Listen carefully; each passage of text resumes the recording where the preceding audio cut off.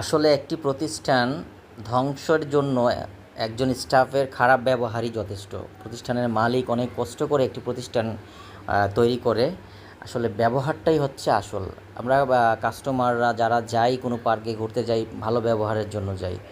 So আজকে একটি অনাকাঙ্ক্ষিত ঘটনা ঘটেছে আমার সাথে, আমার পরিবারের সাথে। এটা হচ্ছে ফ্রিডম পার্ক হবিগঞ্জ। আমি সেভারাল টাইম ওখানে গিয়েছি। এর আগে আমি অনেকগুলো ভিডিও বানিয়েছি, ইউটিউবে দিয়েছি, ফেসবুকে দিয়েছি, আপনারা দেখেছেন। খুব ভালো ছিল সব কিছু, আমার ওদের পরিবেশ সব কিছুই। কিন্তু একটা মহিলার ব্যবহার আজকে আমার কাছে ভালো লাগেনি। মহিলাটার নাম হচ্ছে পারভিন। সে খুব বাজে ব্যবহার করছে। আজকে সন্ধ্যা 6:30টার পর, প্রায় 7টার দিকে আমি আসলে আমার ছেলে অনেকগুলো রাইডস চড়েছে। চড়ার পরে লাস্টে এইটাতে আসলাম। আসার পর বললাম যে এখানে দেখেন খালি, আপনারা দেখতে পাচ্ছেন, হ্যাঁ, রাইডসগুলো খালি, তেমন কোনো ভিড় নাই, মানুষ নাই। আমি বললাম বাচ্চাটা একটু আগে ভয় পাইছে, কান্নাকাটি করছে অনেক। সে ভাবছিল সে হারায় গেছে, তাকে আমরা কোনো মনে করছে বাবা মা ফেলে চলে গেছে। সে অনেক কান্নাকাটি করতেছিল ভয়ে। তাও ওকে আমরা এনে তারপর বললাম যে চলো, এটা চড়ো।